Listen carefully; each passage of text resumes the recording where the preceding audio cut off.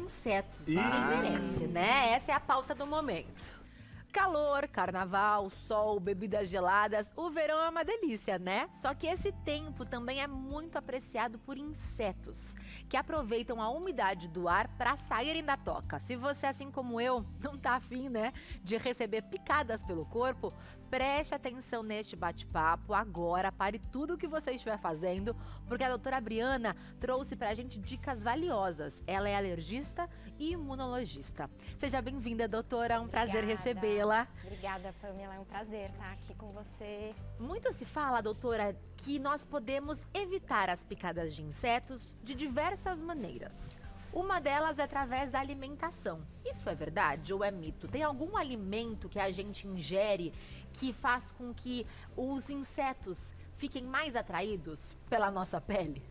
Então, Pamela, infelizmente não. Não existe nenhum alimento como o alho, que algumas pessoas falam, que você pode ingerir para que mude o odor da sua pele e afaste, por exemplo, e nem que atraia alimento, né, que você ingira. Os nossos cheiros, eles têm muita relação com a atração aí dos insetos, mas a alimentação, infelizmente, não consegue mudar isso, não. Tem pessoas que são mais atraentes para os insetos, porque tem gente que sai de casa e já leva uma picada e a pessoa que está ao lado não é picada. Sim, com certeza.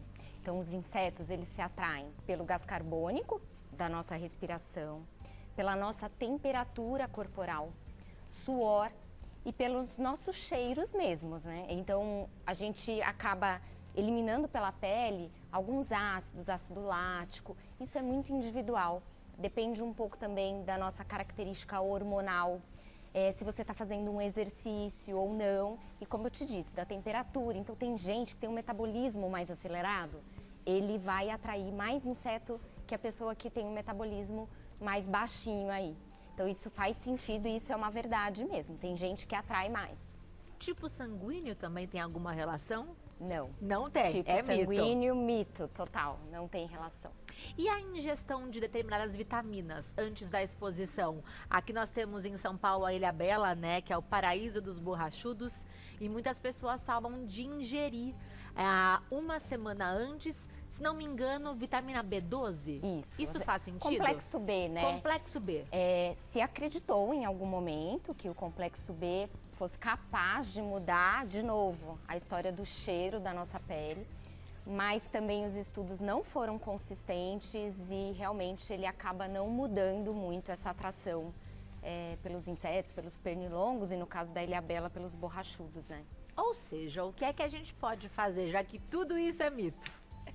Tem algumas coisas que a gente pode fazer sim. Então, pensando nas coisas que atraem os insetos, né? Uma coisa que atrai é o contraste de cor.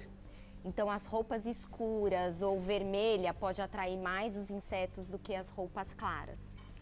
Um perfume adocicado, então acaba atraindo. Então, se você usar uma coisa mais cítrica, mais amadeirado, por exemplo, provavelmente vai atrair menos os insetos. E cores claras se combinam e muito, né, com essa estação. Sim, sim.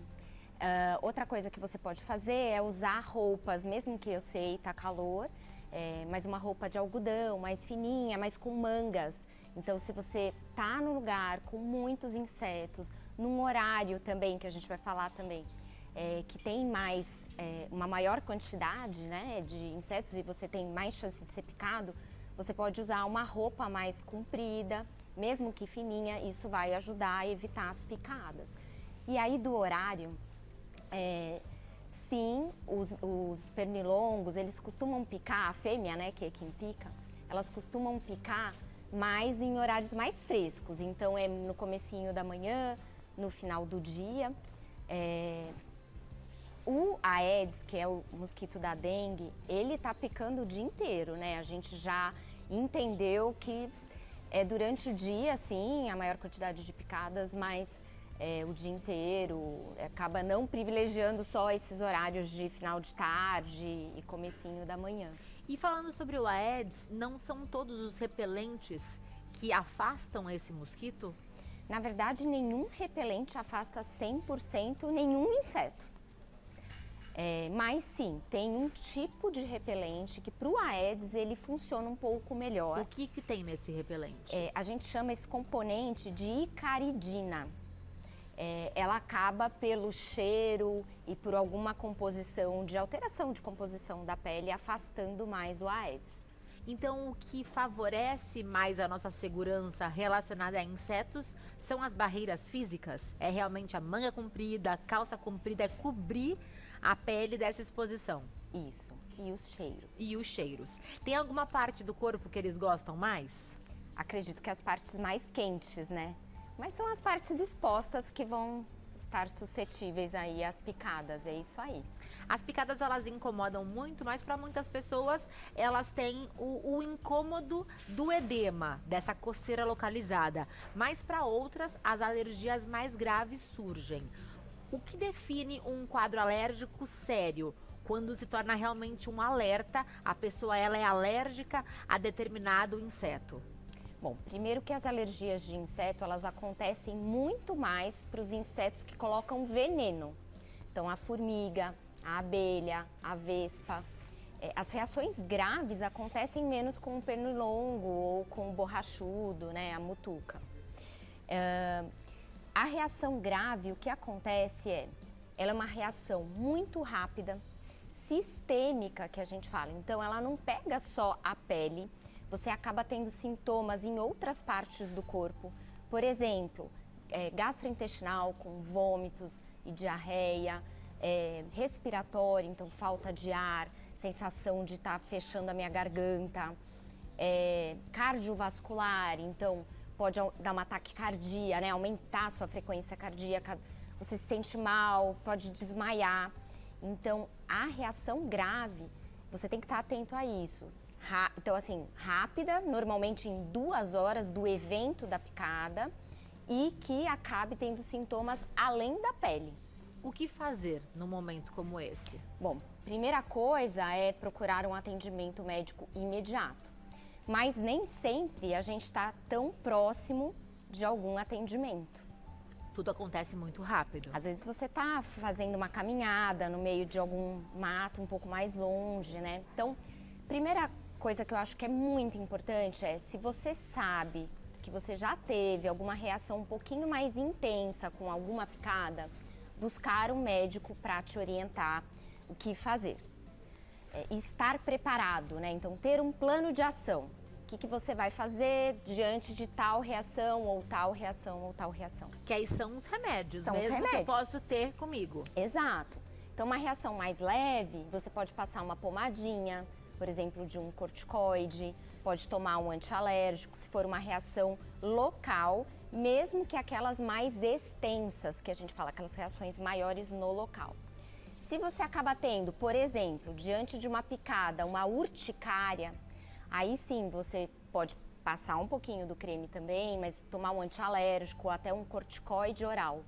Agora, se você estiver diante de uma reação anafilática, que é essa grave, o ideal é você portar uma caneta de adrenalina auto-injetável. Aqui você trouxe pra gente e essa parte é triste porque no Brasil nós não temos essa caneta, que é uma caneta auto-injetável, sendo vendida nas farmácias. Por que nós não temos? Isso só existe fora do país. Eu acredito que é por conta São essas canetas aqui, ó. Interesse de laboratório e por aprovação da Anvisa. A gente tem uma novidade, ainda bem que sim, desenvolver uma caneta brasileira e ela está em processo de aprovação da Anvisa. A gente ainda não sabe quanto tempo ela vai chegar, mas a gente já teve a notícia de que ela vai ser mais acessível, mais barata para todos poderem ter o acesso. Vai ter a intenção de colocar no SUS. Porque isso é um item de primeiros socorros. Exato, exato. Mas hoje, quem mora no Brasil consegue ter o acesso ou viajando, vai comprar fora com uma receita, em alguns países até receita do médico brasileiro, né, em inglês, a pessoa consegue comprar, ou por importadoras. Então a gente acaba oferecendo para o paciente uma listinha de importadoras e com um relatório médico e uma receita ele consegue comprar a caneta. Mas quanto custa em média uma caneta de insulina auto-injetável? De insulina não, desculpa, de adrenalina. Tudo depende de como é que está o nosso dinheiro em relação ao dólar e ao euro, né? mas na média uns 800 a R$ 1.000 cada caneta. E a gente sempre pede para o paciente portar 2, porque existe uma dose de segurança.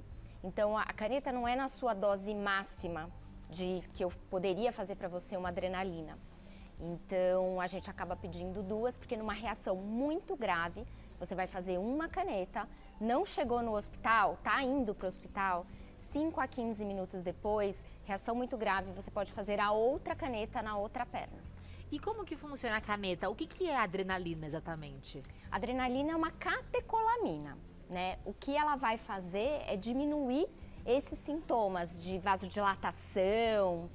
Eu sei, ficou um pouquinho mais complicado aqui, mas ela é quem vai brecar toda essa chuva estaminérgica, que é o imunomodulador aí que provoca essa reação grave, né? Ela é o freio de mão, então. Exato, ela é o freio de mão, é isso. E aqui no Brasil nós temos a adrenalina em frascos. Sim. Que aí você precisa puxar com uma seringa e injetar. Isso não atende em caso de emergência. Então, primeiro que até onde eu sei não se vende para paciente a ampola, porque você tem que saber manipular, né?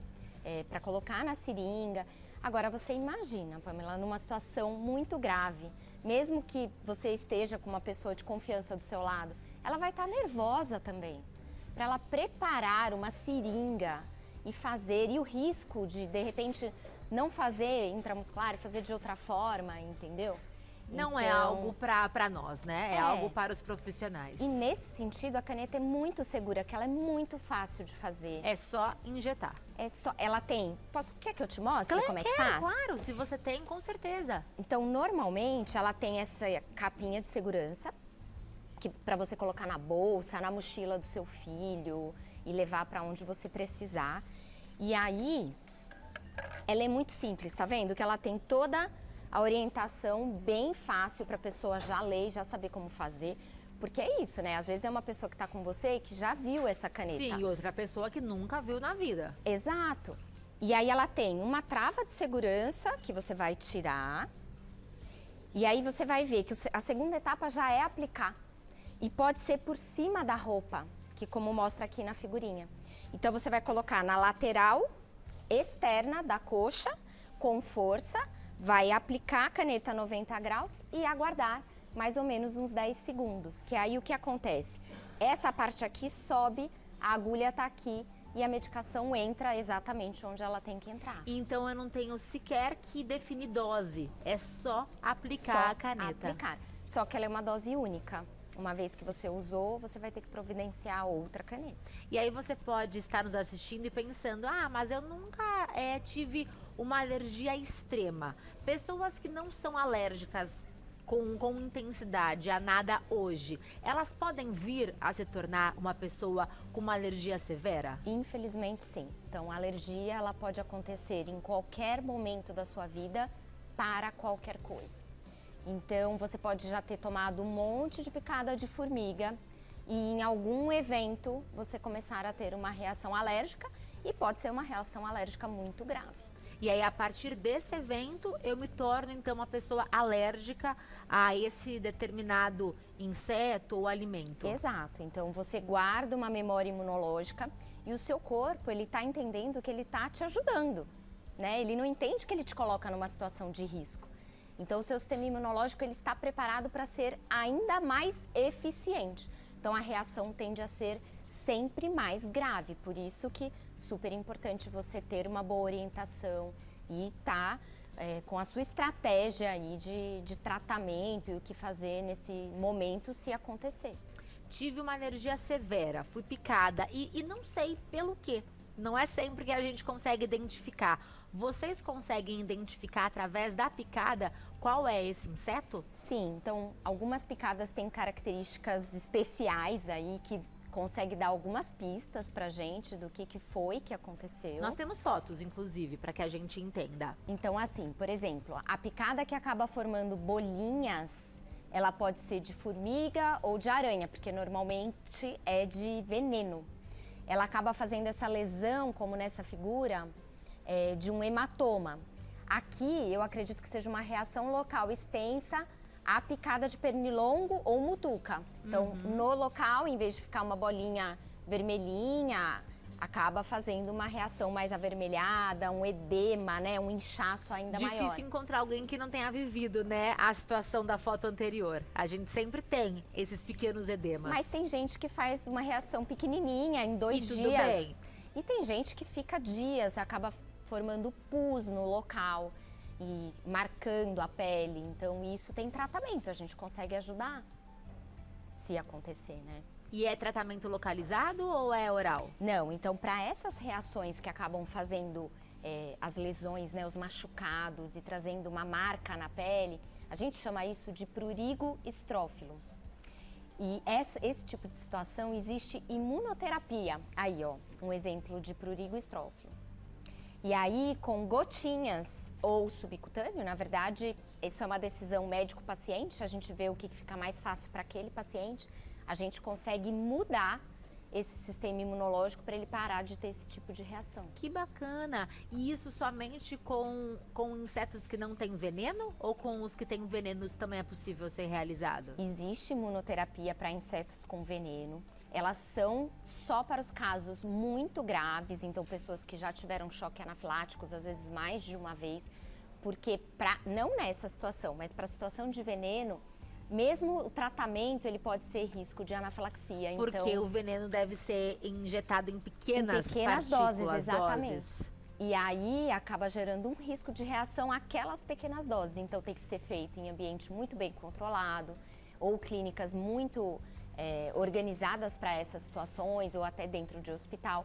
Então são para pacientes selecionados realmente. Nós temos mais um tipo de picada para a gente analisar e entender qual seria o inseto. Esse, então, é a picada de formiga. O que a gente tem como característica nessa picada? Então, a picada de formiga, normalmente, ela faz uma bolinha.